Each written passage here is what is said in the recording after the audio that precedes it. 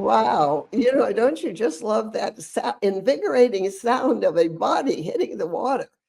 I used to, in my younger days, as I started this show, I would actually pretend to be in a tasteful swimming suit, swimming upstream, because that's the name of this podcast.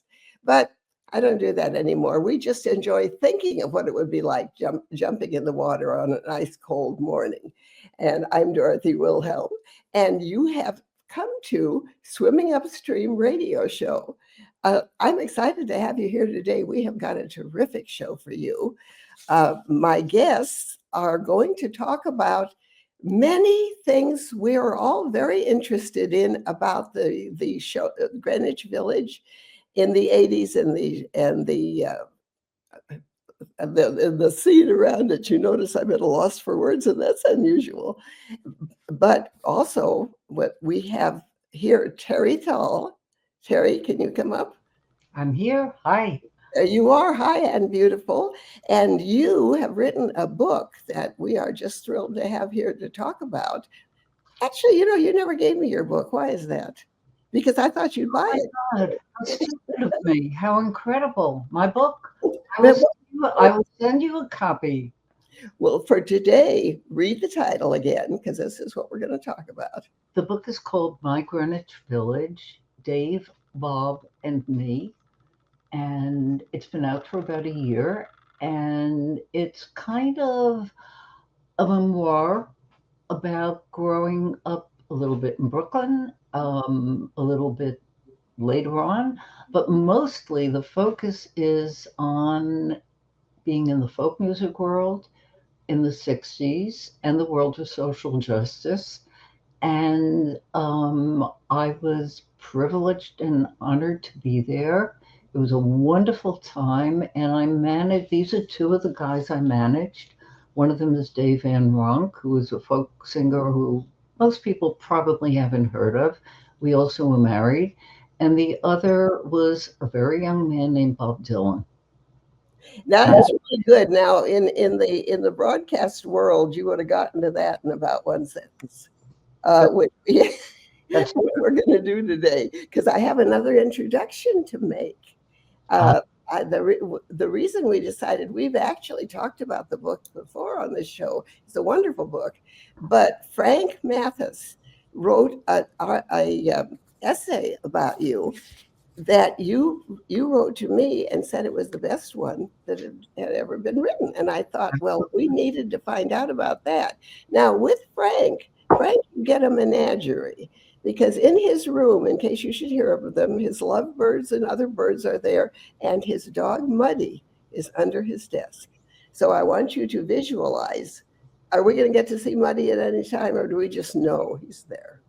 He tends to stay underneath in his house by my feet, but he may emerge and we'll see. Okay. Well, anyway, I'm very excited because after we look at a few of the wonderful things you wrote about Terri, she's going to tell us about the Dylan movie. Now, I got to see that. It's a total unknown, right? a complete unknown. What, a complete unknown. And I got to see that on my birthday this year. So I'm just eager to hear what happens. So, Frank, you started your essay about Terri, though, with Terri Thal was a vibrant presence in the dynamic 1960s Greenwich Village folk music scene. At the heart of it all, she witnessed and helped shape one of the most important cultural movements of the 20th century. That's quite a big shoes to fill. How big are your shoes, Terri? Frank, would you like to? Yeah, Frank. What? Oh, Well, what do you mean? What shoes? It was. It was a. It was. It was the folk music world, and as I said, I had a foot in the world of social justice. I was very active in the civil rights movement, very, and later the anti-Vietnam War movement. Frank, what struck you about Terry's story that you were pretty lyrical here? Yes, well, I think I should start with, I was Facebook friends with Terry. And naturally, as someone interested in music history and particularly American roots music, I saw that she had a book and, like a writer, I said, okay, well, there might be one that I would like to review.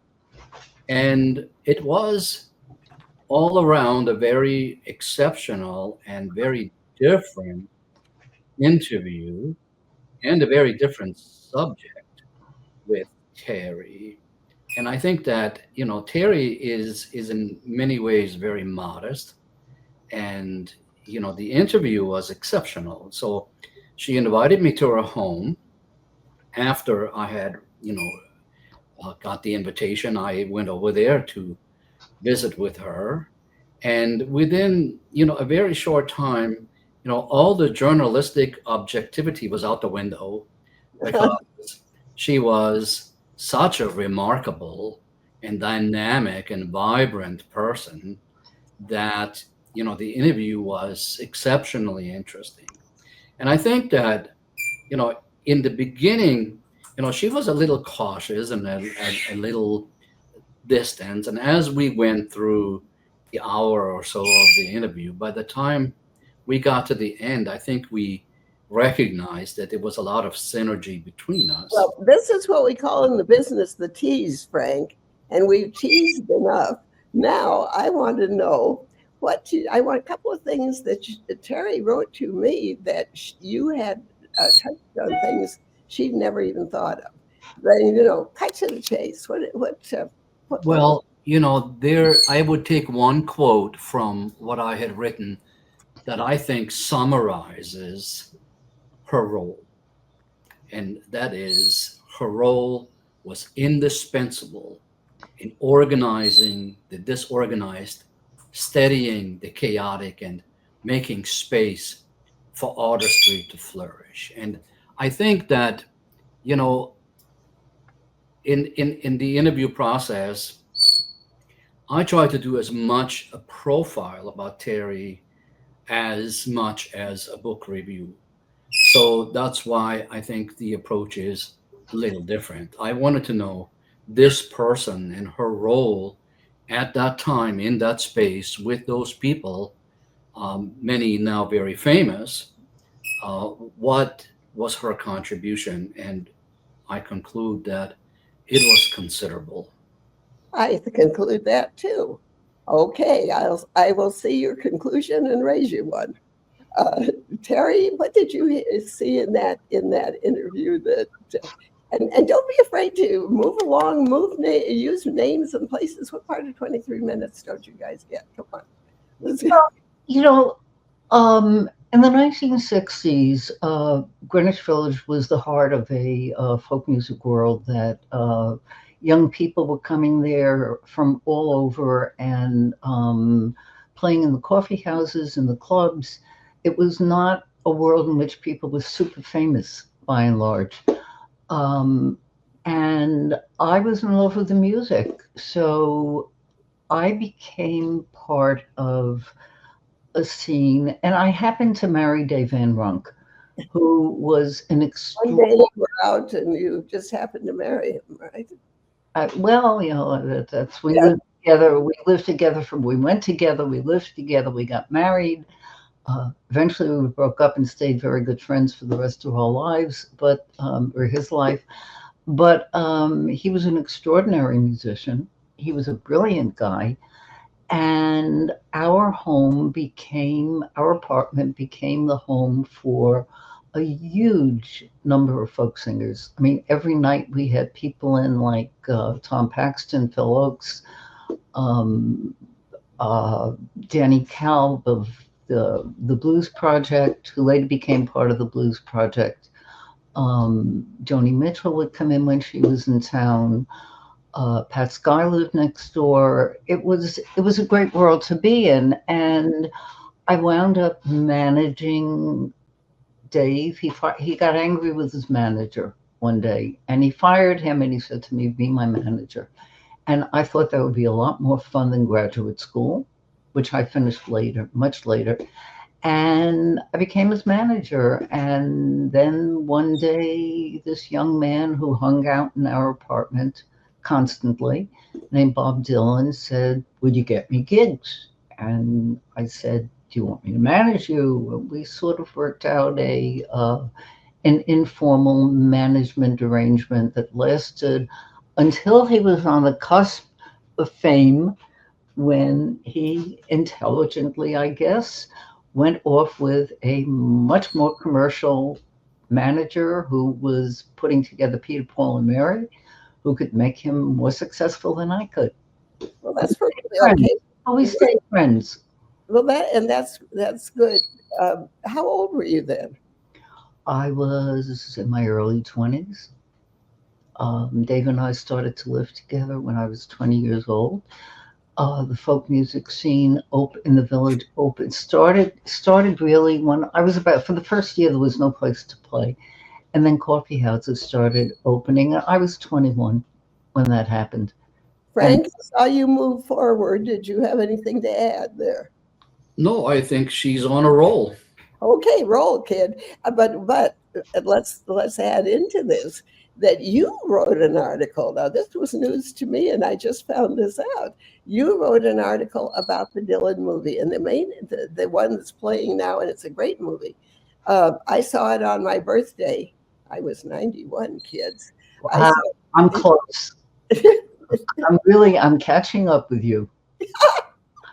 Well, that's a good thing, and that's why I always tell that. But the movie was 3 hours long, and all I can tell you is that at my place in life, you can't stand up after a 3-hour movie. So that's the main takeaway I had.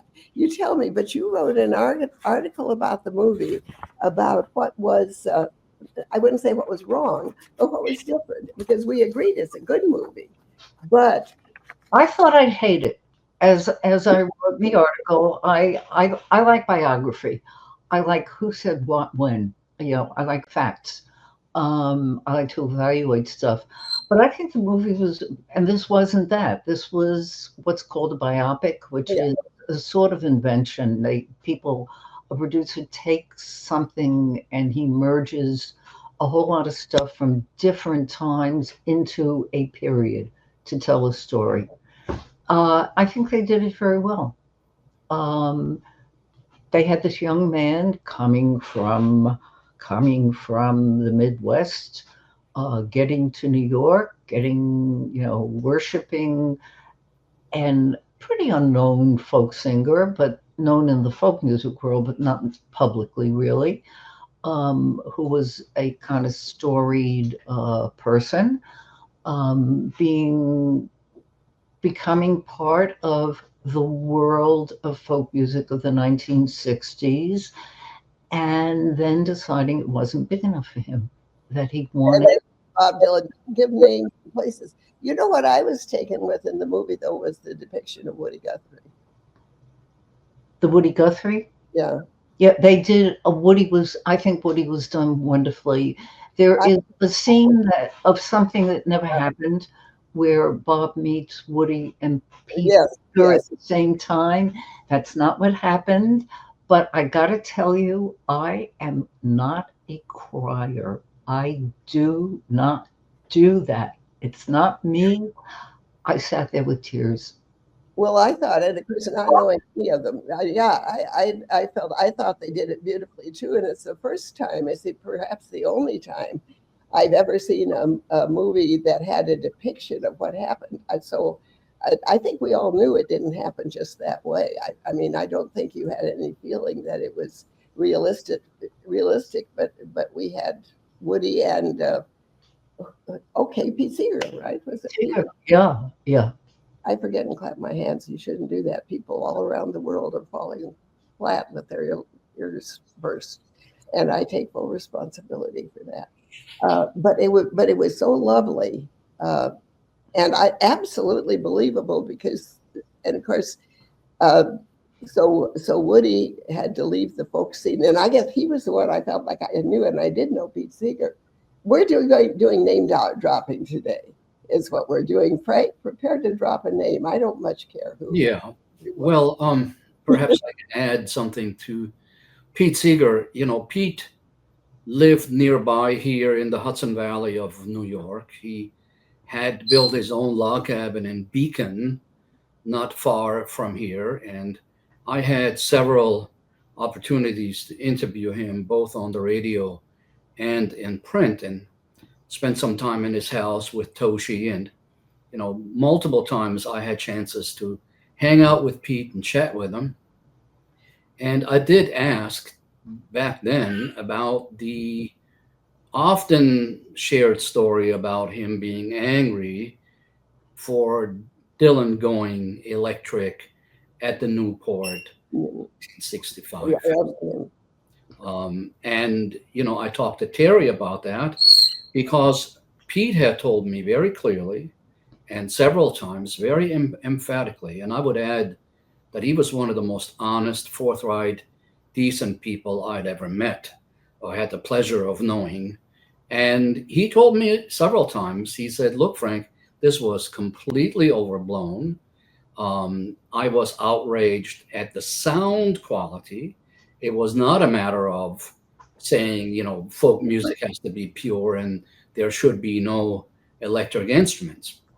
He said the sound quality was horrid, and he absolutely denied ever having gone for an axe. He said that was total nonsense, that somebody started, that was a rumor that was incorrect. And you know what? I believe Pete. And one of the questions I asked Terry during our interview about that, and Terry, maybe you can share, because you were there and you also supported that it was bad sound quality. And, Terry, go ahead and tell your participation in this concert with Dave Van Ronk. Well, let me just back up and tell people what it's all about. Good. Part of the Dylan story.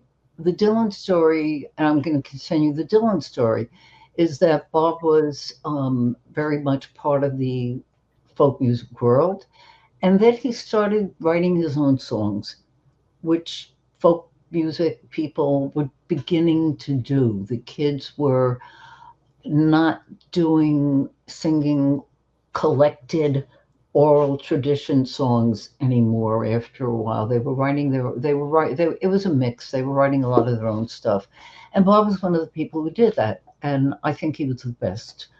And at some point, he became interested in rock and roll. He wanted an electric band. He didn't want to be a solo guitarist anymore. It was partly musical. It was partly commercial. So eventually he wound up at the Newport Folk Festival with thousands of people there to see him.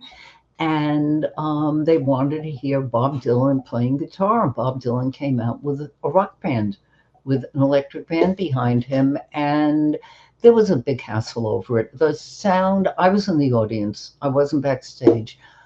Dave and I were there. The sound was atrocious.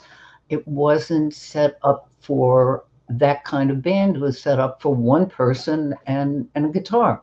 So the sound was miserable, and a lot of people in the folk music world were very upset, because here is Dylan, who is the hope of the future. He is the highlight, the guy who came and made it, and he's wonderful, and he's going rock.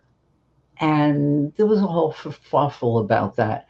And there was a whole controversy about what happened backstage and who got angry and who got upset. And one of the stories was that Pete said, and Pete, who was the hero of folk music in the 60s, said, take an axe. And I don't know what he was supposed to be doing. Maybe he was supposed to want to cut down the microphone or cut the wires or something. So there were stories about what happened, and but that's what Frank is talking about. And that was part of the Dylan move into rock and roll and becoming incredibly famous. It just occurred to me to wonder, you remember ever after that, the musicians called their electric guitars axes? Yeah. I think that came from that. I think it probably did.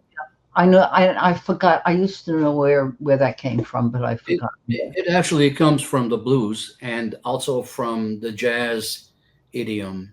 That term Mhm. is commonly used by jazz guitarists, and I think that some of the blues guitarists picked it up. Yeah. Now, kids, you may have noticed that in the upper right-hand corner, a tasteful version of my logo, that is my logo, has appeared, and that means our time together is nearly over, which is, we've hardly, we're just getting started. So maybe, perhaps we can continue this another time. But Terri, my dear, now we need something inspirational. What did you think we would surely cover today that we didn't, and you want people to know about?